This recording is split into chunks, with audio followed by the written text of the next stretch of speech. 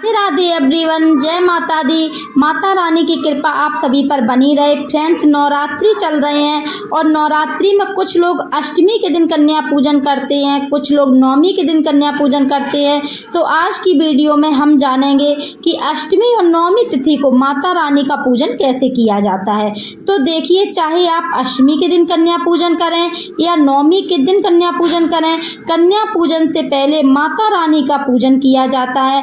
माता रानी को भोग समर्पित किया जाता है, उसके बाद हम कन्या पूजन करते हैं। तो हम किस तरह से भोग समर्पित करेंगे, क्या भोग समर्पित करेंगे और कैसे हम पूजन करके कन्या पूजन करेंगे, इसी के विषय में आज का वीडियो है। तो पूर्ण जानकारी के लिए आप वीडियो को अंत तक जरूर देखें। तो चलिए वीडियो शुरू कर देते हैं। अष्टमी या नवमी के दिन, जिस दिन भी आप कन्या पूजन करेंगे, सुबह स्नान आदि करने के बाद पहले आप चौकी की साफ सफाई कर लें। उसके बाद हम सभी को जल के छींटे लगाकर स्नान करा देंगे। तो ये भाव स्वरूप हम स्नान करा देंगे। उसके बाद सबसे पहले हम पूजा में दिया प्रज्वलित करेंगे। तो यहाँ पर हम देसी घी का दिया जलाएंगे। दिया हमने जला लिया है। इसके बाद हम माता रानी को चुनरी समर्पित करेंगे। तो आप देखिए, चुनरी हम पहले ही समर्पित कर चुके हैं। अगर आप चाहें तो माता रानी की चुनरी बदल सकते हैं, नहीं तो जो चुनरी हम समर्पित किए हैं उसी को 9 दिन तक रहने दें। इसके बाद हम सभी को रौली से तिलक कर देंगे। अगर आपने नवग्रह की स्थापना की है तो नवग्रह को आप सूखी रोली समर्पित कर दें। और देखिए, अगर आपने नवग्रह की स्थापना नहीं की है तो आप इस पार्ट को स्किप कर सकते हैं। तिलक करने के बाद हम सभी को पुष्प समर्पित करेंगे। तो अगर आपको लाल रंग के फूल मिल जाते हैं माता रानी को समर्पित करने के लिए तो बहुत अच्छी बात है, आप लाल रंग के फूल लाएं। अगर लाल रंग के फूल ना मिलें तो जैसे भी फूल मिल जाएं उनसे आप माता रानी का पूजन अवश्य करें। तो यहाँ पर हमने फूल समर्पित कर दिए हैं। उसके बाद हम भोग समर्पित करेंगे। तो भोग में आप बतासे ले सकते हैं, मेवे मिश्री ले सकते हैं। अष्टमी और नवमी का जब आप पूजन करेंगे तो हलवा, पूरी और चने का भोग जरूर लगाना है माता रानी को। कन्या पूजन जिस दिन हम करते हैं उस दिन माता रानी को पहले हम हलवा, पूरी और चने का भोग समर्पित करते हैं। उसके बाद हम कन्याओं को भोजन कराते हैं, यानी कन्या भोज बाद में करते हैं। साथ ही फल समर्पित करते हैं। तो यहाँ पर हम कोई ऋतु फल समर्पित कर सकते हैं। सेव मिल जाए तो आप सेव, केले मिल जाए तो आप केले, नहीं तो कोई भी फल समर्पित कर सकते हैं। इस तरह से हम भोग समर्पित कर देंगे। अब देखिए, हमें छोटा सा हवन करना होता है तो जल हम जरूर समर्पित कर दें। तो हवन करने के लिए हम उपले को जला लेंगे और इसमें हम भोग समर्पित करेंगे।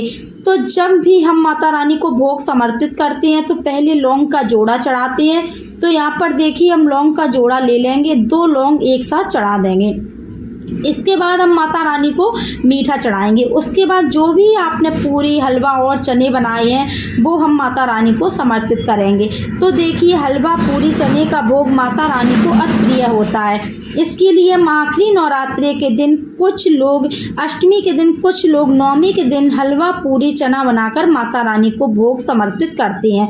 माना जाता है कि अग्नि में जो भोग हम समर्पित करते हैं वह देवी देवताओं को सीधे प्राप्त होता है, इसलिए अग्नि में भोग समर्पित करना सबसे शुभ माना जाता है। और जब भी हम कोई बड़ा पूजा पाठ या अनुष्ठान करते हैं तो अग्नि में ही भोग समर्पित करते हैं।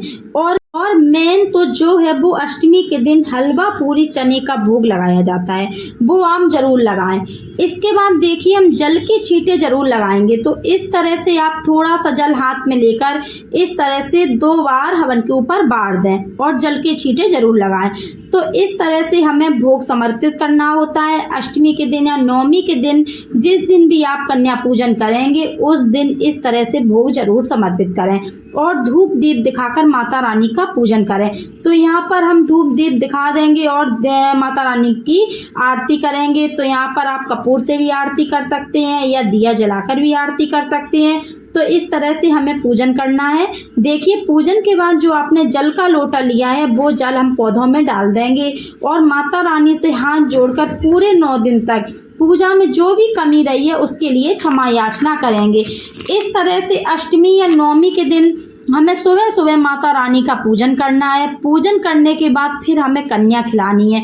तो देखिए, कन्या जब आप खिलाएंगे तो जो भी भोग प्रसाद आपने चढ़ाया है तो सभी कन्याओं की थाली में थोड़ा थोड़ा करके रख दीजिए और जो भी हमने फल चढ़ाए हैं वो भी हम कन्याओं को दे देंगे और साथ में जो दक्षिणा है वो भी हम कन्याओं को दे देंगे।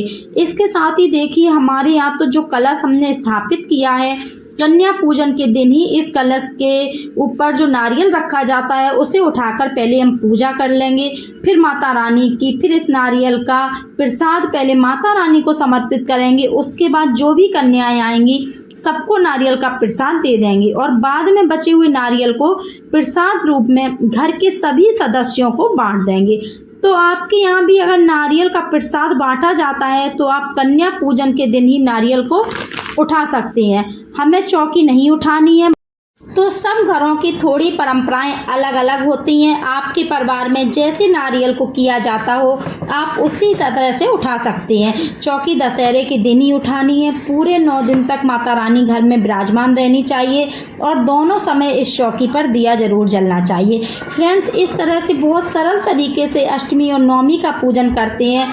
अष्टमी नवमी के दिन जिस दिन भी आपके यहाँ कन्या पूजन किया जाता है, सुबह सुबह इस तरह से पूजन करने के बाद फिर हम कन्याओं को खिलाते हैं। कन्याओं को दक्षिणा जरूर देनी है और उन्हें छोटा मोटा गिफ्ट आप जरूर दे दीजिएगा जिससे कन्या खुश हो जाएं। कन्या जब खुश